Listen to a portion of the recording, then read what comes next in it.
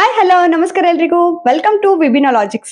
ನಾವಿವತ್ತು ಮಕ್ಕಳಿಗೋಸ್ಕರ ದಸರಾ ವರ್ಕ್ಶೀಟ್ ನ ತಗೊಂಡ್ ಬಂದಿದೀವಿ. ಏನಿದು ದಸರಾ ವರ್ಕ್ಶೀಟ್ ಅಂತ ಕೇಳ್ತೀರಾ? ಇನ್ನೇನು ದಸರಾ ಹಬ್ಬ ಸ್ಟಾರ್ಟ್ ಆಯ್ತು. 9 ದಿನಗಳು 9 ದೇವಿಗಳನ್ನ ಪೂಜೆ ಮಾಡ್ತೀವಿ. ಇದೆಲ್ಲ ನಮಗ್ ಗೊತ್ತೇ ಇದೆ.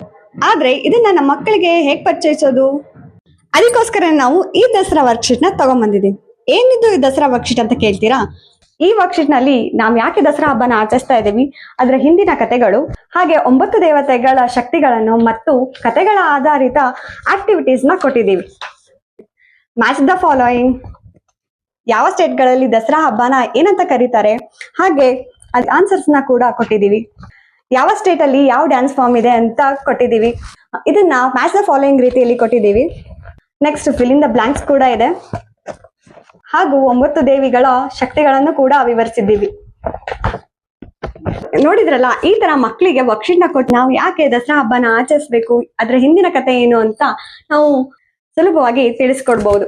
ಈ ದಸರಾ ಹಬ್ಬಕ್ಕೆ ನಿಮ್ಮ ಮಕ್ಕಳಿಗೆ ಒಂದೊಳ್ಳೆ ಗಿಫ್ಟ್ ಕೊಡಿಸ್ಬೇಕು ಅಂತಿದ್ರೆ ಈ ಬುಕ್ ನ ತಗೋಬಹುದು. ಈ ಬುಕ್ ನ ಲಿಂಕ್ ಕೆಳಗಡೆ ಕೊಟ್ಟಿರ್ತೀನಿ. ಇದು ಕೇವಲ 9 ದಿನಗಳವರೆಗೆ ಮಾತ್ರ, ಜಸ್ಟ್ 49 rupees. ಸೊ ಪ್ಲೀಸ್ ಆದಷ್ಟು ಶೇರ್ ಮಾಡಿ.